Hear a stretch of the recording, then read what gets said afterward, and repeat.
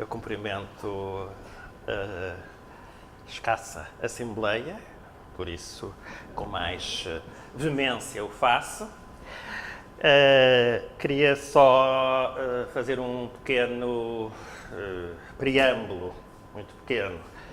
É que há elementos desta palestra que devem alguma coisa ao nosso colega Nuno Matos Silva, que começou por fazer, ou que começou a fazer, um doutoramento sobre este assunto, não exatamente sobre este assunto, quer dizer, sobre o desenho em que o Álvaro Machado era o caso de estudo e que penso que abandonou.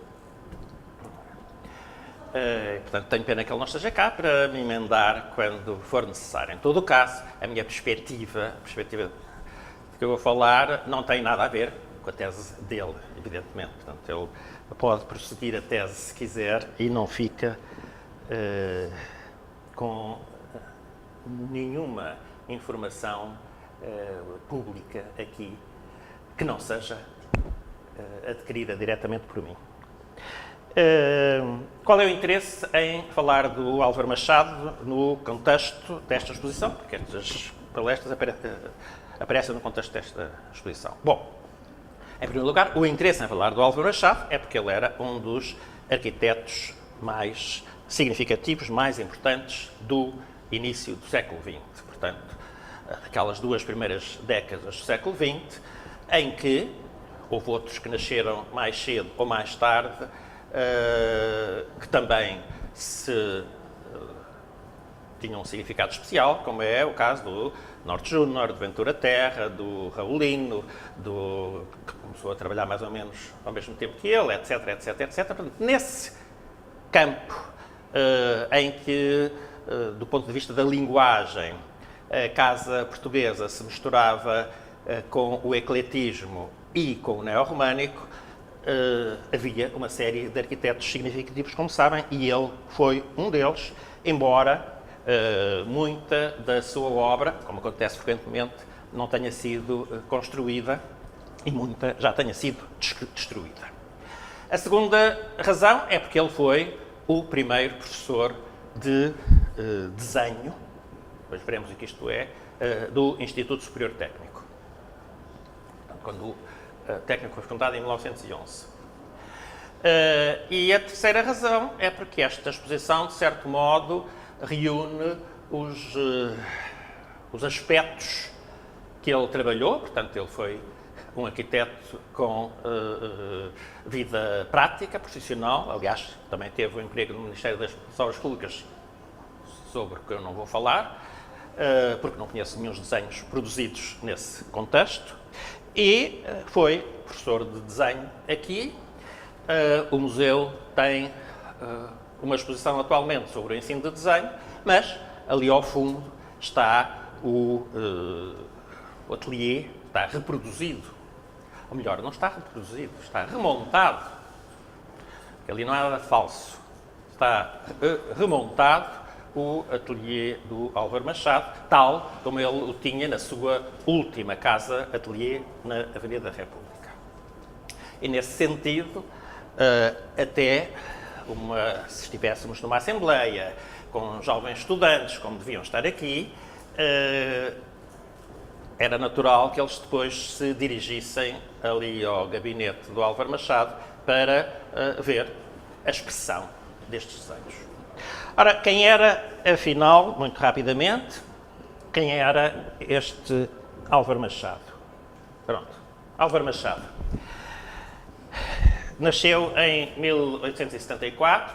Eu peço desculpa, já acho que toda a gente percebeu, o projetor não é só da luz, o projetor tem muito pouca força e há muitas coisas que não se vão ver. Portanto, este cor-de-rosa não é cor-de-rosa, é um quase encarnado, etc, etc, etc. E, portanto, daí para a frente vão perceber que há muita coisa que não aparece aqui. Ele nasceu em 1874 e desde pequeno que teve contacto com esta atividade do desenho, através da profissão do pai, que ele acompanhou enquanto jovem, pelo menos enquanto jovem adolescente, visto que o pai era cenógrafo. e era cenógrafo de teatro. Portanto, foi cenógrafo de vários teatros, nomeadamente em Lisboa, do Trindade e do São Carlos, e há notícia de que ele terá participado na decoração interior de outros teatros. Isso é só uma notícia, não posso comprovar. Portanto, ele está perfeitamente dentro do meio, o pai tinha muitos amigos pintores, arquitetos, etc., e ele vai tirar o curso de arquitetura. É muito interessante perceber, bom, a gente percebe pelo ateliê dele que, de facto, o desenho, a pintura, etc., são permanentes na vida dele. Aliás, há muito mais desenho, aguarela, pintura genérica do que desenho de projeto nas paredes, embora também haja desenho de projeto nas paredes. Nomeadamente, por exemplo, estes dois e este, não se vê aqui, mas são desenhos aguarelados do pai dele para cenários de ópera. Eu vou começar, no que toca ao desenho, vou começar por mostrar, acharão isso, desenhos mais exuberantes e acabar em desenhos talvez menos evidentemente exuberantes, até porque, naturalmente, o ensino do desenho dele aqui no técnico não era, evidentemente, para formar artistas, não é? Portanto, há limites para isso. Já agora, antes de entrar a mostrar os desenhos, queria lembrar que ele entrou para o técnico, ou melhor, antes de entrar para o técnico, já tinha concorrido ao antigo Instituto Comercial e Industrial, que é, aliás, de onde o técnico nasce. Portanto, ele concorreu e entrou para um lugar de professor de desenho no antigo Instituto Comercial e Industrial de Lisboa, que funcionava ali na Rua da Boa Vista, Pedro Conde Barão, e onde o técnico funcionou até se mudar para aqui nos anos 30. Trabalhou praticamente só um ano, portanto ele entrou em 1910 e, como eu disse, em 1911 ele foi convidado para dar aulas aqui no técnico. Aqui no técnico, a ideia era que ele organizasse, no essencial, as disciplinas de desenho. Ali fora refere isso um pouco por alto, mas mais precisamente ele vinha para aqui dar desenho técnico ou melhor, desenho inicialmente. Depois percebem ali por aquela linha que esta questão do desenho no técnico evoluiu muito desde que o técnico foi fundado até aos anos 30. Inicialmente ele vinha dar desenho e noções de arquitetura, portanto eram duas cadeiras. Depois, com o tempo, essa cadeira de desenho foi-se desmultiplicando, nomeadamente em meados da segunda década do século XX, foi duplicada, mas, sobretudo, foi em 1922, para formalizar uma coisa que já vinha sendo feita, que o desenho técnico passou a ser, ou melhor, o desenho passou a ser subdividido no desenho técnico, que, por sua vez, tinha três partes: desenho de construção civil, desenho de máquinas e desenho arquitetónico. Enquanto que a cadeira de noções de arquitetura passou a chamar-se arquitetura. Cadeira essa que existe, como sabem, até hoje.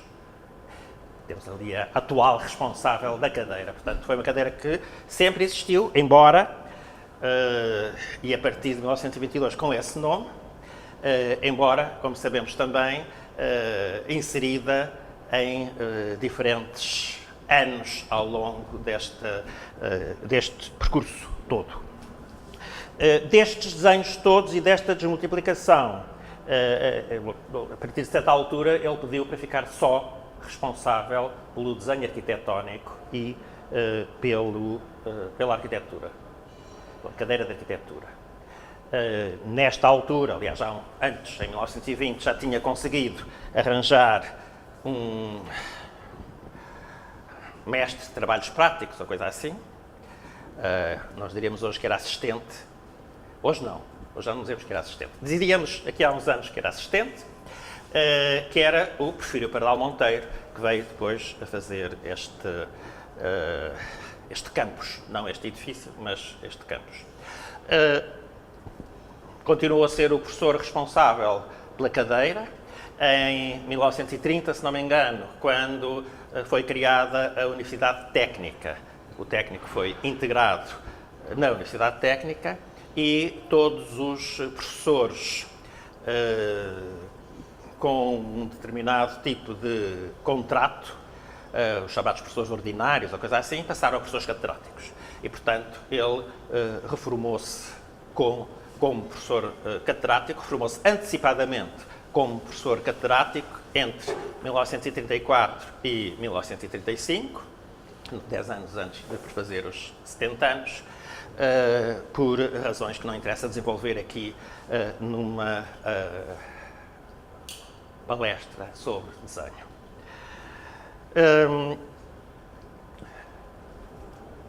Regressando ao princípio do percurso dele na atividade de desenho e relacionando-a com o espólio.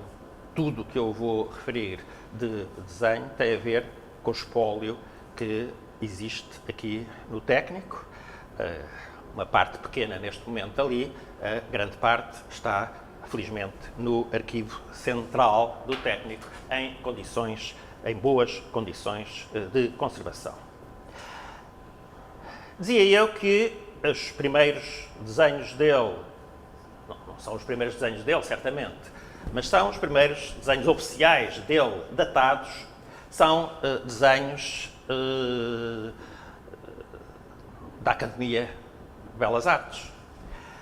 Portanto, são desenhos feitos que serviam para exames da Academia de Belas Artes, como acontece, que eram sempre grandes equipamentos, quase sempre grandes equipamentos, os trabalhos de exame. Estamos aqui a ver um projeto para uma Câmara Municipal. É pena, de facto, o projetor não dar mais, porque logo aqui na entrada veríamos que o pormenor decorativo, nomeadamente dos pavimentos, está aqui todo desenhado.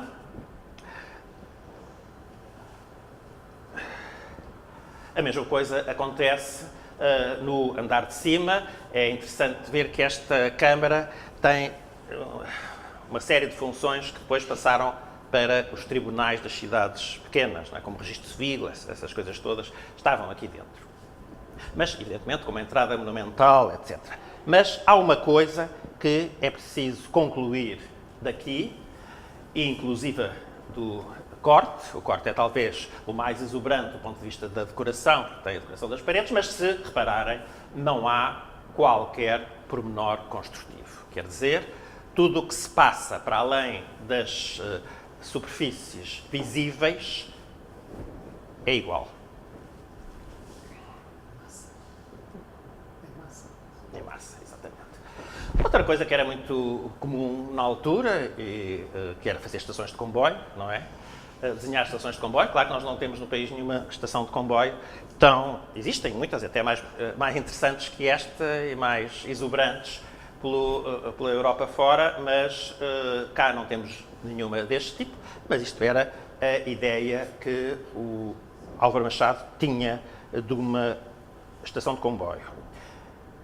Aqui não se chega àquele ponto, mas é a mesma coisa. Portanto, são desenhos em que o pormenor era muito valorizado, os acabamentos que fossem possíveis de transmitir através do desenho era muito valorizado, mas nunca tem nada de desenho construtivo. O professor Nuno Matos Silva, quando eu estiver a dizer mais asneira, agradeço-me imenso.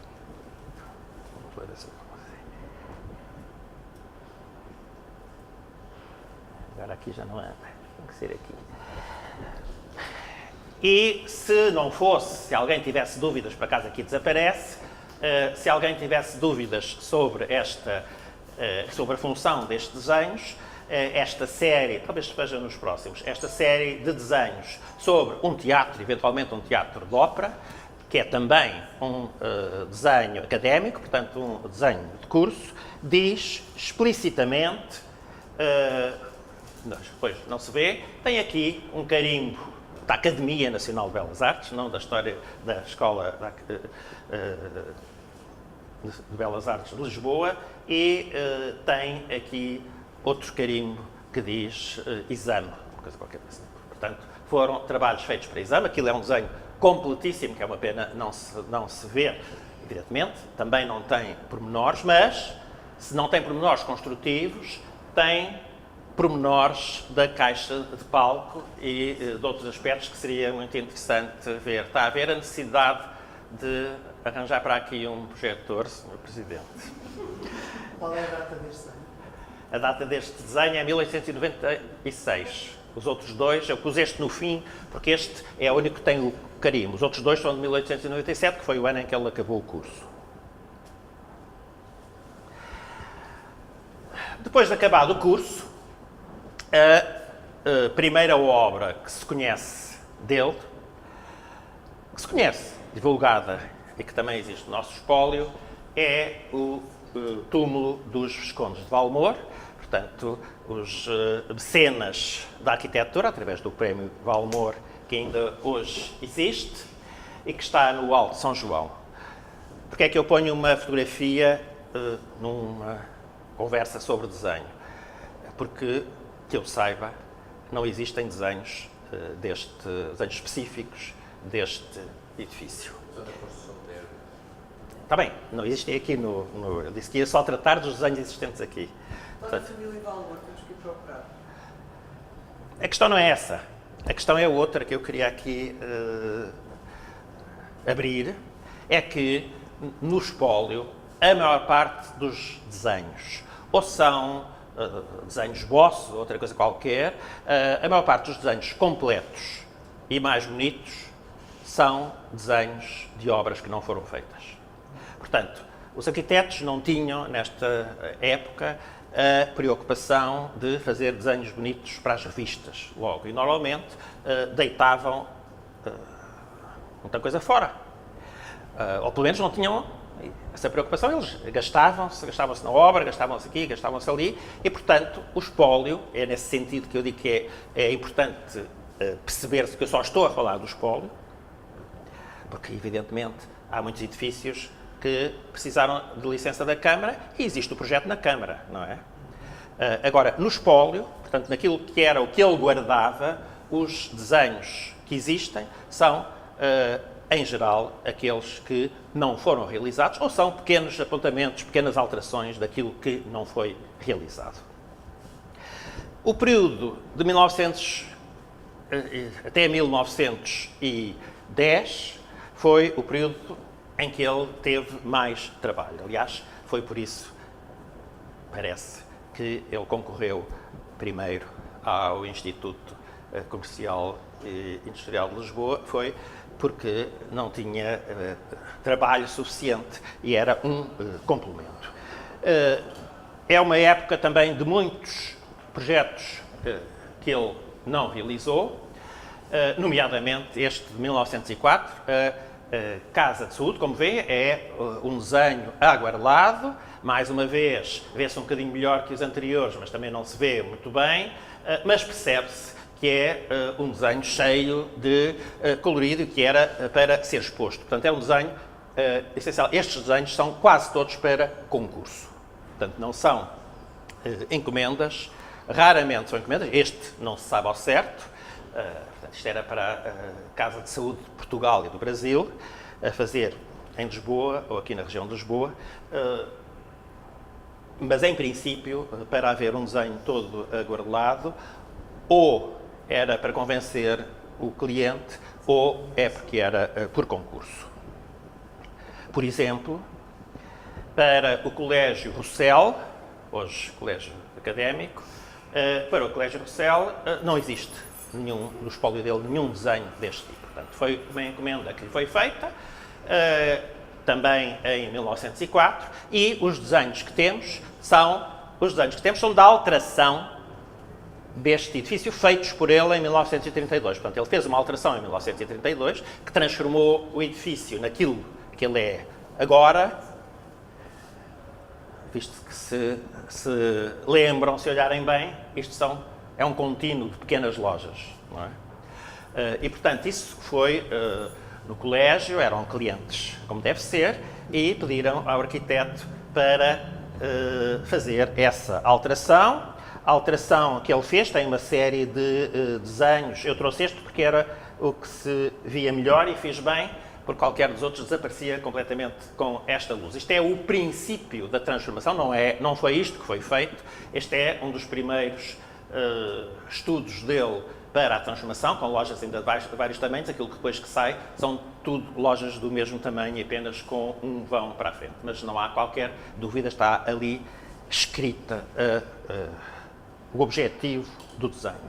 Neste caso, não havia razão para fazer um desenho, entre aspas, artístico. Tem esboços e este é o desenho mais rigoroso, tirando aquele que foi realizado depois.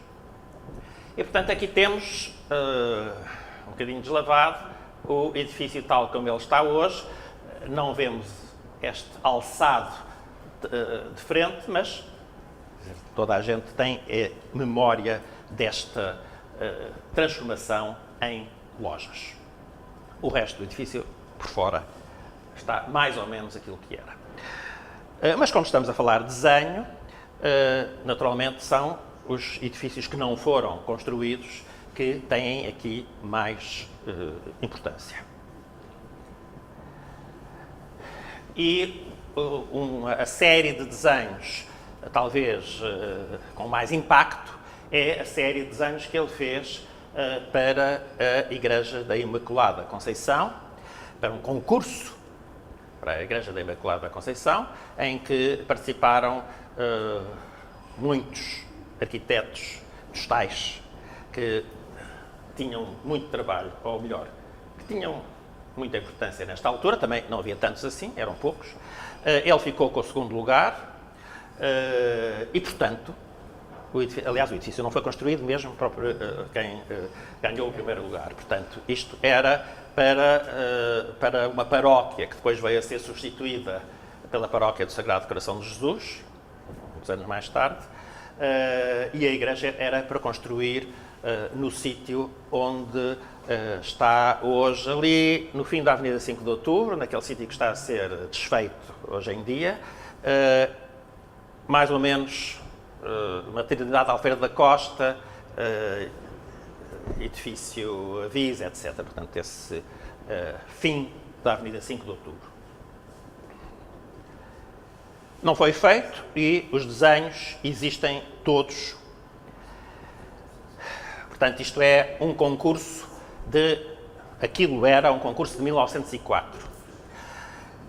Eu estou a alternar. Aqui está um caso de uma obra que foi construída e por isso não temos nenhum desenho exuberante. Temos apenas alguns e poucos desenhos técnicos. Aqui. Os desenhos técnicos, neste caso, são construtivos. Portanto, estamos a ver a Sociedade Nacional de Belas Artes. É importante dizer que o Álvaro Machado, logo assim que começou a ter uma vida profissional, portanto, em 1900, se juntou ao grupo que fundou a Sociedade Nacional de Belas Artes, que resulta da junção de duas sociedades de artes anteriores. O intuito principal aqui, isso é importante, porque no desenho isso vai aparecer, o intuito principal aqui era ter em Lisboa um salão. Toda a gente conhece o Salão de Paris, não é? Onde todos os portugueses queriam ir, não estou a dizer que todos iam. Isto era para ter um salão em Lisboa. Enfim, os franceses não queriam vir cá, mas ao nível português, quer dizer, dentro do meio português, era necessário ter um salão, e é por isso que isto é essencialmente um salão com alguns outros compartimentos adoçados. Também foi feito, apesar dele fazer parte do grupo, da direção e tudo isso, foi feito um concurso em 1904, portanto é um ano muito produtivo. Em 1904 não havia dinheiro, portanto isto só começou a ser feito em 1906 e só foi inaugurado em 1913. Eu não estou aqui a falar sobre arquitetura, senão diria outras coisas, estou a falar sobre desenho. E como estou a falar sobre desenho, vou mostrar aquilo que, uma amostra, também não temos muito mais, aquilo que existe de, justamente, pormenores, detalhes. O que estamos a ver aqui em cima, está lá, eu leio, são pormenores da caixilharia, portanto, ainda em cópia Marion. E o que vemos aqui em baixo é um detalhe do algeroz e da estrutura metálica. Atenção que aqui está em ponto pequeno, uma coisa que vamos ver em ponto maior, que é a asna que aparece, as asnas metálicas que eram essenciais para fazer a cobertura deste enorme salão com os fins em curva. Portanto, temos um desenho mais esboçado e depois aqui um desenho, mas, portanto, são desenhos de pormenores construtivos. Não há, quer dizer, não sei se há na Câmara, mas aqui não temos qualquer desenho semelhante ao outro. O material para ser translúcido, o que é que ele indica? Não sei, nem se consegue, quer dizer, consegue-se ler, mas não aqui. É aquela área de entrada de luz. É, aquela grande área de entrada de luz e tal, portanto, a grande sala de exposição. Mas tem aqui, no desenho, vê-se, que tem a representação de uma claraboia como nos edifícios na altura, portanto, devia ser vidro. Portanto, tem tudo isto. Tem aqui duas linhas, não sei se vê daí. Sim, não é? sim. A linha do telhado e depois uma claraboia tal e qual como ela é representada nos edifícios comuns, só que esta era muito maior e muito mais extensa. Mas em 1906 também ele teve daqueles projetos que lhe deram para desenhar muito e ganhar pouco. Mais um projeto que não foi construído é o projeto para a ponte ferroviária da linha de cintura sobre a Avenida da República. Na altura, chamava-se Avenida Ressano Garcia. Ela era para fazer mais ou menos na posição em que está hoje a estação de Entre Campos. A estação de Entre Campos andou um bocadinho, mas é mais ou menos neste sítio. Foi realmente lá feita uma ponte de ferro, mas não foi este o projeto que foi feito. É engraçado que, podem dizer, então, a linha de cintura, que é uma das primeiras linhas que foi feita em Lisboa, como é que ela passava? Ela passava no aterro, não é? Portanto, as pessoas da minha idade talvez ainda se lembrem que, mesmo quando já havia ponte de ferro, a ponte de ferro só existia na Avenida da República. E, portanto, quando se passava na Avenida 5 de Outubro, não havia ponte. Quer dizer que a Avenida 5 de Outubro parava antes da linha de caminho de ferro, depois havia um caminho onde só cabia um carro com um túnel e que fazia depois assim outra vez, e a Avenida 5 de Outubro continuava aquele bocadinho do outro lado, depois da 5 de Outubro. Portanto, a obra do contínuo da ponte é do meu tempo. Mas não é isso que está aqui em causa. Aqui está em causa, de facto, um desenho de concurso, portanto, um desenho que pretende ter todos os ingredientes. Reparem também que toda a arquitetura é uma arquitetura muito mais monumental do que a que lá veio a ser construída de facto, a não ser num exemplar ou noutro. Aqui todos os edifícios são edifícios muito elaborados e, claro, não tendo desenhos técnicos, tem, no entanto, a planta das faixas da avenida, tal como ela era inicialmente, tem a planta da linha com curvatura, portanto a ponte em curva, que é apresentada de diferentes modos, e nomeadamente neste desenho, apesar de tudo, é um alçado, não é uma perspectiva como o outro, em que se vê os pilares em que a ponte assentava. Portanto, há de facto aqui uma procura de encher o olho ao júri, mas ao mesmo tempo não são pormenores construtivos, portanto não são como aqueles que vimos antes, mas também são para encher o olho, mas apesar de tudo são pormenores arquitetónicos. Em 1910 tem outra dessas encomendas, não sabemos se é encomenda, se é concurso, se é ele a querer ir mais longe para ver se realmente se consegue construir, que é o projeto do Hotel de Saúde. Já levantaram isto? Ou são só coisas mesmo modernas? São hospitais, não é hotéis. Mas isto é o Hotel de Saúde, devia ser uma espécie de sanatório. Uma espécie de sanatório. A modernidade é muito ampla. Por exemplo, o sanatório da parede é considerável. E tem lá um cantinho feito pelo Álvaro Machado. Portanto, Mas isto era onde? No Alto Estoril, sabe, aí no Monte Estoril, ou num sítio desses assim. Portanto, Hotel, se calhar, não feitos nenhum não sei exatamente onde é que era. Claro que se a pessoa com muito cuidado e com uma planta topográfica talvez consiga identificar o sítio, mas não é fácil. Portanto, era, penso eu, um grande sanatório. Sanatório esse, também ele, como sempre, desenhado de uma forma... Aqui estamos, por acaso, a ver um piso de quartos, mas se virmos o piso térreo, vemos que ele não tem outro tipo de desenho, e mais uma vez, tudo o que é pavimentos, tudo aquilo que era possível, era desenhado. Aqui atrás fica, entre outros apoios, a casa do diretor desta instituição.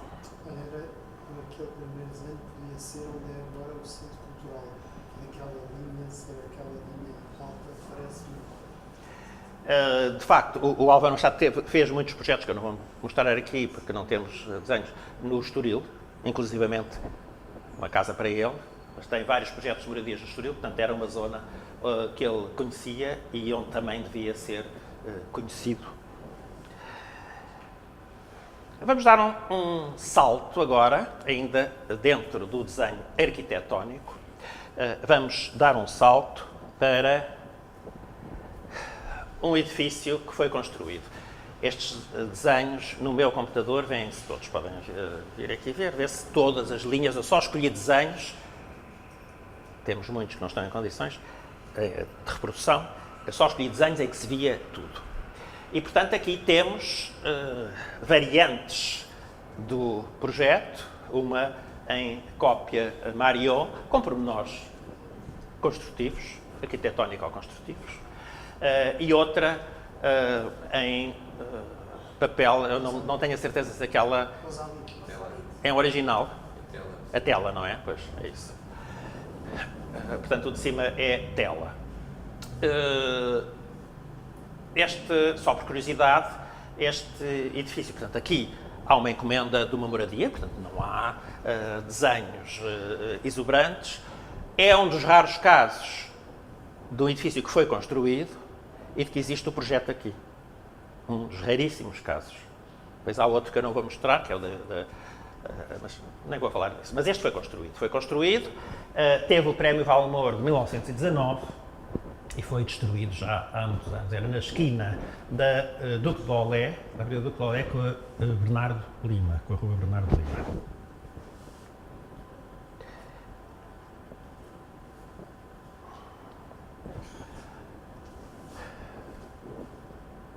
Portanto, isto são aspectos parciais, mas é só para ficarem com uma ideia de como era o edifício. Portanto, o edifício já não corresponde àquela exuberância das curvas e dos arcos neorromânicos, já está a ficar, a ter uns apontamentozinhos clássico. Mas, como eu disse, não queria falar da arquitetura, queria falar sobretudo de desenho, e portanto aqui o que temos e o que tínhamos nos desenhos anteriores é uma representação normal de um projeto de arquitetura nesta época, que, quando era feito por arquiteto, evidentemente tinha toda uma pormenorização que devia ser suficiente para a construção, visto que não havia projeto de execução na altura. Um estranho projeto que ele fez, de que existem cá alguns desenhos, porque ele fez várias versões, e a versão que lá está, não creio que seja nenhuma destas, é um dos edifícios das termas das Caldas da Rainha.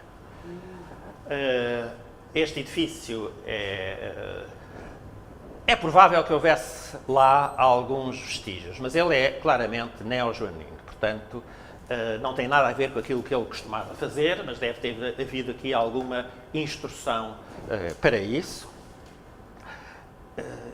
Temos diferentes... quando eu digo temos, é o técnico. Temos diferentes versões deste projeto. Esta é curiosa por ter a torre. O que lá está é feito, em grande parte, com o projeto dele, embora já tenha sido muito mexido, e aqui o desenho de pormenor vai ao ponto de desenhar as banheiras das termas que estavam distribuídas por aqueles cubículos todos, e também tem pormenores arquitetónicos ali à direita das janelas. Apesar de ser naquela primeira década que ele fez os projetos com mais painéis, concurso, etc. Apesar disso, ele continuou a entrar em concursos e, para esses concursos, continuava a fazer edifícios vários. Aqui estamos a ver aquilo que ele propunha para o pavilhão português na Exposição Ibero-Americana de Sevilha de 1929. Não ganhou o prémio. Este é o alçado principal e o tardós. E, claro, isto era uma coisa muito comprida, mas mostra que continua a utilizar não tantas cores como nos anteriores, mas os desenhos aguarelados em 1929 continuavam a ser pertinentes.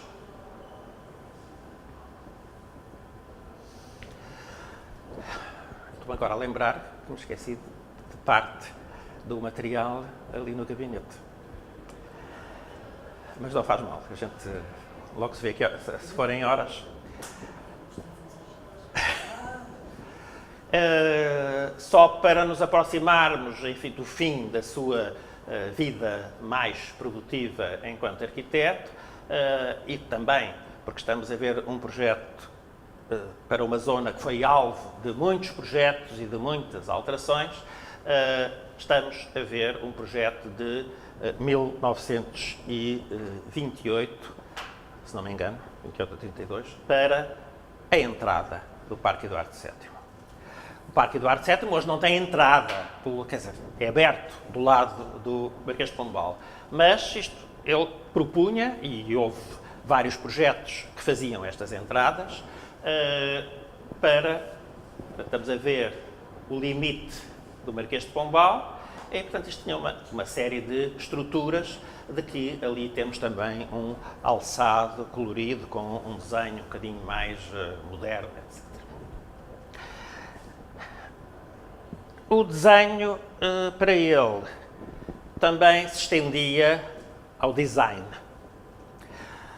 Isto é, ele desenhou uma série de mobiliário, o mobiliário do escritório dele, o mobiliário do quarto dele, que foi vendido ao desbarato, e fez uma série de desenhos para... Bom, não me interessa tanto, mas o Spola tem imensos desenhos para estátuas, monumentos comemorativos, etc, etc, etc. Também quase todos eles para concursos, mas não com desenhos aguarelados.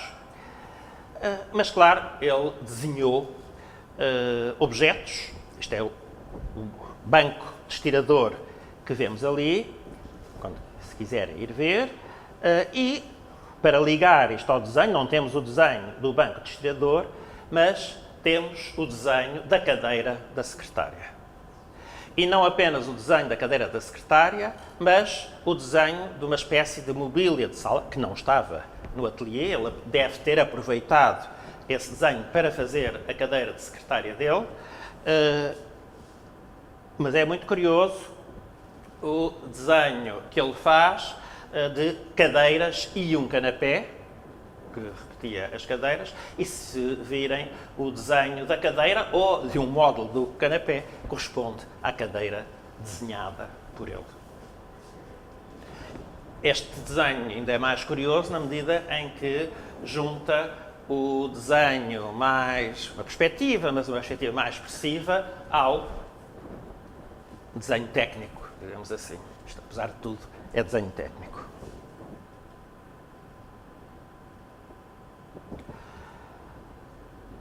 Isto é da época, agora, até aqui, vim mais ou menos cronologicamente, no que diz respeito à arquitetura, isto não segue cronologia nenhuma. Por exemplo, este desenho de 1907 é um suporte, diz aqui, para uma lâmpada elétrica. Portanto, para um candeeiro junto à parede. O desenho para uma jarra, que não se sabe de que data é. E até, se queremos ir para desenho, eu vou-lhe chamar de desenho técnico, aqui temos uns potes em vidro, que já não devem ser muito antigos, na medida em que ele tem aqui um monograma que não aparece na maior parte dos desenhos. Portanto, um A cruzado com um M, que eu me lembro, não me lembro se existe em mais desenhos, mas este mostra pelo menos isso. Se tivermos tempo, já estou quase numa hora, não sei se dá tempo, já não vale a pena ir buscar os desenhos lá do fundo. Mas, portanto, ele reformou-se daqui em 34, 35, reformou-se um bocadinho de toda da sua vida profissional, também não há praticamente, tirando uma catedral que a certa altura sonhou fazer, mas é um pouco também desta época. Há poucos desenhos daqui até à sua morte, que foi 10 anos depois, portanto em 44. De certa maneira, ele ficou, isto já é entrar um pouco na telenovela, mas ele é natural que tenha ficado ofendido por não ter sido ele escolhido para fazer o projeto do técnico. E ter sido o assistente dele. Nós percebemos, conhecendo o Eduardo Pacheco, percebemos porque é que não foi ele e porque é que foi o Pardal Monteiro. E, portanto, este processo dos seus últimos anos como profissional, tanto professor como profissional liberal, foi um processo que deve ter sido um bocadinho amafanhado, o que leva a que o último desenho datado que eu trago aqui, de 1934-35, seja o jazigo que ele andava a desenhar para a família dele. Este jazigo também não foi construído, mas como peça de desenho não deixa de ser interessante, e para jazigo tem tudo aquilo que era necessário. Ora, eu agora tinha uma segunda parte, que posso fazer em 5 minutos, se formos lá dentro no instante buscar os desenhos e abrirmos as luzes. Portanto, esta questão dele ser professor de desenho, primeiro de um desenho que não era claro o que é que era, depois desse desenho se ter distribuído entre desenho arquitetónico e desenho de máquinas e desenho de construção civil. Está ali outro professor que entra para dar uma parte ali nas costas da fita cronológica, da lá de fora, para dar um destes desenhos. Mas a verdade é que ele, a certa altura, deu um bocadinho de tanto. O desenho arquitetónico, claro, percebe-se, era o que se fazia naquela altura, e aqui no técnico faziam coisas semelhantes, embora não tão complexas, como nesta altura já na Escola de Belas Artes. Mas as ordens estavam sempre presentes e, portanto, isto eram desenhos, pensamos nós, não diz-me se estiver errado, isto eram desenhos que eram modelos que ele utilizava para dar aos alunos, para mostrar como é que se desenhava. Embora haja aqui um enunciado que é bastante interessante. Portanto, estamos aqui a ver um pavilhão e aqui das flores, exatamente, e aqui os desenhos de pormenor para o pavilhão das flores, que tinham que ser todos desenhados. Ele diz expressamente que as linhas auxiliares tinham que ser todas vermelhas. Isto era para os alunos repetirem, pensamos nós. Na cadeira de arquitetura ou desenho arquitetónico. Desenho arquitetónico, talvez, não sabemos. Aqui está outra versão dessa galeria para venda de flores, deve ter sido feita no outro ano, já não tem colunas dóricas, tem colunas toscanas, mas a questão que se põe é sempre a mesma. Aparecem frequentemente os desenhos construtivos, isto é muito interessante, porque aquilo que me parece, eu não disse isso no princípio, é que naquele primeiro slide eu tinha o desenho técnico versus o desenho arquitetónico, e eu acho que há aqui, pronto, isto é uma discussão para outra sessão. Mas isto são desenhos de ensino. São desenhos de ensino, mas em alguns dos desenhos que passaram também existe desenho técnico. Acho que isso era uma coisa a discutir, se há esse versus ou se não há esse versus. O desenho técnico versus desenho arquitetónico. Não sei se há versus, se há uma complementaridade e um é mais assim. Portanto, aqui estão desenhadas as telhas. Desenho de comunicação versus desenho de construção. Construção, provavelmente. Mas este desenho. Desenhos de comunicação. Sim, mas este desenho de construção é também desenho de comunicação. Exatamente. Não conseguem comunicar. Exatamente.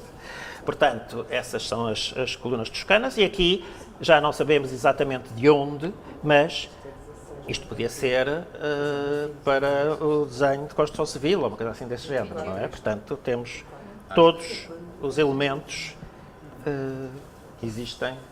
Isto quer dizer que se faziam de facto pormenores nesta altura, não era só aquela coisa de que se diz que se dava para o construtor e que ele fazia sem pormenores nenhuns. Aqui são as abobadilhas de tijolo, que toda a gente sabe, no início do século se utilizava muito, e aqui, portanto, começamos a ter elementos de Mas aí também ferro. está por descobrir a especificidade dele estar numa escola de engenharia também. Também, sim, claro. Que este convívio pode ser só curiosidade dele de descobrir. Não, mas quer dizer, coisas. sim, mas naquela altura os engenheiros faziam imensa arquitetura, não é? Faziam imensa Sim, construção. sim.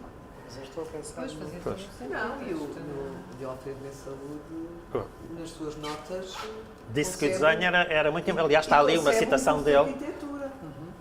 Mas, além disso, diz que o desenho é muito importante para os engenheiros. Exatamente. Não há engenharias E que sem a haver bom arquitetura ensino de é desenho. muito mais em Portugal, eu pensei que se devia fazer, devia ser integrado no Não, curso de arquitetura. eu acho que o Chico pegou num ponto forte. Isto é a resposta inteligente, uma adaptação ao ensino nesta escola. Quer dizer, ele se fosse professor Nas nas belas artes. sim, não era isto. que eu queria dizer, ou isto, seja, exatamente. nas É o belas que- artes isto não se está a não está a passar. fazer. Está-se a exatamente. passar porque ele está E aqui. depois, não sei se João se tens a noção, mas há aqui um momento que é relacionado com o acelerar da produção destes desenhos para estarem presentes num Porto, numa exposição importante, quando foi o surgimento do curso de Engenharia Civil do Porto. É que a Academia de Nortenha convoca e eles gostam de estar presente, então... A mostrar as suas habilidades, fazem. exatamente. Portanto, há uma marketing. acelera a edição destes desenhos para estar mostrando o que Parafuso. se fazia. Agora, aqui já estamos completamente no domínio Mesmo de tema. juntas, Mecânica. parafusos, Não, porcos. é um misto. É um misto, não é? Aqui já é completamente mecânico. Também é engenharia. Exato. E aqui ligações de vigas, mas são ligações de vigas metálicas todas, não é? Rebite. Agora, Não, isto é de facto ele aliciar os estudantes de engenharia que o desenho Agora, a coisa é mais- um veículo de transmissão. a coisa mais curiosa é esta, Essa é É, que me parece um enunciado. um É um enunciado. É um enunciado. E, portanto, eles tinham que fazer um desenho à mão. Isto são as peças base, um desenho à mão livre, de algerós, cornija, não sei o quê, o dobro do original. O esboceto. Todos estes são originais. Isto é um policopiado. Pois, porque isto era dado a todos os alunos, exatamente. Convenções, eixo, linha mista vermelho, linha de cotas azul, chamadas vermelho, não sei o quê. Não Portanto, sabemos de quantos mas dias, agora- era provável que fosse mais do que um dia. Pois, não sabemos. O quê? Pronto, e aqui, digamos, isto é que é o cerne desta exposição, da exposição. Estes desenhos não estão expostos aqui. Isto não é uma crítica, é só dizer que isto é um complemento do que está aqui exposto, mas mostra o trabalho portanto, mesmo nas porcas e parafusos e rebites, etc., ele, inicialmente, portanto, aqui ainda estamos em 1917, 16, portanto, antes de 22, ele ainda é o professor deste tipo de desenho. Só depois é que só quer o desenho arquiteto, a partir de 22 é que só quer a arquitetura e o desenho arquitetónico. Mas até aqui faz. Portanto, e a prova que isto, que são, bem, estão todos assinados, não é? Estão todos assinados, mas estavam no espólio dele, de facto.